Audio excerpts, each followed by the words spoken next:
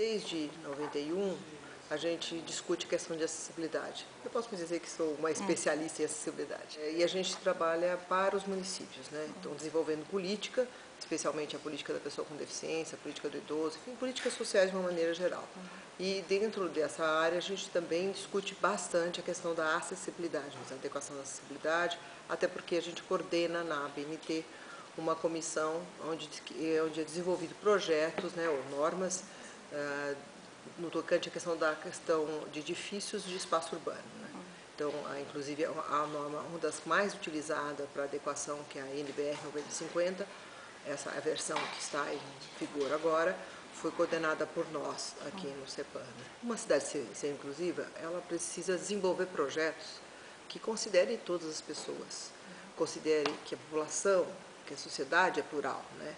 Então, todo esse conceito de uma cidade inclusiva está calcado em cima de conceitos de projetos com design universal, um desenho universal que vinha a ser o quê? Aquele que considera a universalidade das pessoas. Então, que eu tenho pessoas que são canhotas, que, por exemplo, raramente é considerada essa questão, né? Uma coisa tão simples, né? Considerar que algumas pessoas não andam com seus próprios pés, andam em cadeira de rodas, ou andam com muletas, né? Que tem pessoas que não enxergam, né? Tem pessoas que não enxergam nada e outras que enxergam pouco. Tem pessoas que são muito baixas, tem pessoas que são muito altas, gordinhas. Então, quando a gente desenvolve um projeto, é isso que a gente pega. Uma cidade que, inclusive, é aquela que tem a sua política voltada, especialmente, considerando o conceito de design universal. Então, considerando essa pluralidade da sociedade. Eu acho que São Paulo, de fato, é uma cidade que vem desenvolvendo bastante essa questão de acessibilidade. Como se trata de uma mega cidade, às vezes parece pouco, né? Mas na verdade não é pouco não, acho que já vem desenvolvendo bastante.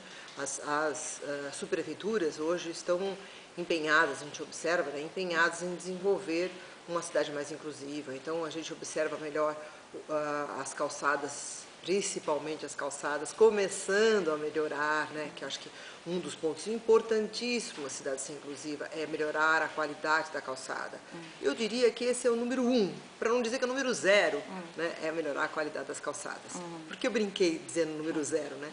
Porque toda a vida da gente fora da nossa casa vai começar a partir de uma calçada. Você tem que sair para a rua para fazer alguma coisa, ou sair para a rua pegar o carro, sair para a rua pegar um ônibus, não importa. Então, a calçada é o ponto de partida, é a via por onde todos nós passamos. Então, se a gente não tem uma qualidade nessas calçadas, como é que eu vou garantir a inclusão de todas as pessoas?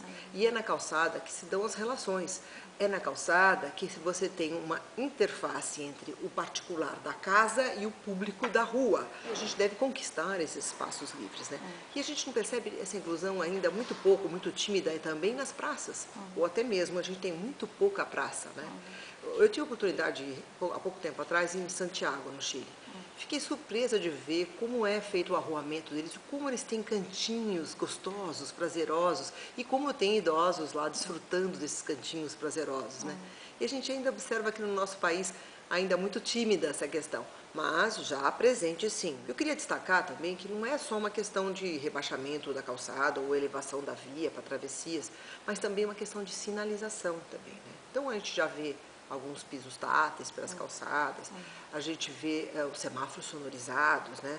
E dentro dos edifícios também, às vezes as pessoas pensam assim, a acessibilidade vai acontecer só no espaço urbano. Não, ela tem que acontecer também na edificação. E tem que lembrar que ela tem que acontecer também, não só adequando o espaço para as pessoas com deficiência física, mas trabalhar muito com a questão da sinalização, porque isto ainda não acontece. A gente observa assim que os edifícios tratam de alguma forma o acesso para que ele seja acessível, os sanitários acessíveis, ainda não muito bem acessíveis, mas enfim. Mas já há uma preocupação, isso eu diria que a população já tem ciência, mas elas ainda não entenderam que a questão da comunicação é muito importante.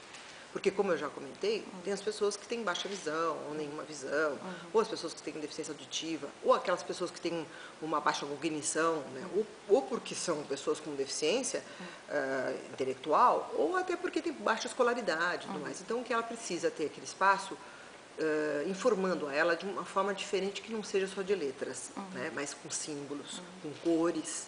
Né? Então, o importante quando a gente fala que o espaço é inclusivo e tem o conceito de design universal é aquele espaço que deixa as pessoas bem. Como é que eu vou me sentir bem no espaço? É quando eu entendo aquele espaço, né? Isso é importante. Se eu entender aquele espaço, eu vou me sentir bem, não me sinto insegura. Então, faz parte, eu entender bem esse espaço, é torná-lo, traduzir esse espaço para mim. Então, ou seja, ser sinalizado, ter uma condição de conforto para poder usar esse espaço. O design universal, ele não é focado na pessoa com deficiência. O design universal ele é focado no conceito de que devemos entender que a sociedade é plural, que na sociedade temos todos os tipos de pessoas, pessoas com deficiência ou não, né? Até devemos lembrar, né, e sempre isso é colocado, que a população hoje está envelhecendo, está vivendo mais. E as pessoas, naturalmente, ao envelhecer, vão tendo perdas, que são inerentes ao envelhecimento. Né? Então, e isso pode trazer limitações. Né? Então, quanto mais acessível tiver esse espaço, quanto mais inclusivo for ele, ou seja, quanto mais trabalhado o conceito de design universal nesse espaço, mais ele vai permitir que todos frequentem esse espaço. Né? Então, é muito importante tirar o foco de que um espaço inclusivo é aquele que é para pessoas com deficiência. É para todos. Tem algumas cidades que você cita como exemplos de avanço nessa questão da inclusão? Olha, eu diria assim, São José dos Campos é uma cidade que tem bastante coisa. Santos é um outro município, até pelo grande número de pessoas idosas que lá moram. Jundiaí é um município que vem mostrando também bastante desenvolvimento. A cidade de São Paulo, por exemplo, todos os ônibus são acessíveis de piso baixo. Não tem aquele equipamento, sabe aquela plataforma que fica dentro do ônibus? Aquilo é um problema, porque ele vive encrencando e quando ele encrenca... A pessoa fica sem poder sair ou entrar. Exatamente, fica sem ônibus acessível. Então, inclusive na norma de ônibus, essa opção do equipamento é a terceira opção, desde que não possível as outras duas. Quais são as outras duas? A primeira, na ordem, né? A melhor é aquela que o próprio veículo abaixa ou levanta e permite o embarque em nível.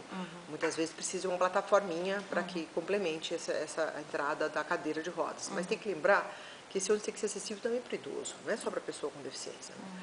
O outro é aquele que o ponto do ônibus é alto, então as pessoas têm que subir para o ponto de ônibus para poder embarcar, estilo Curitiba, e aqui em São Paulo a gente tem várias opções também desse jeito.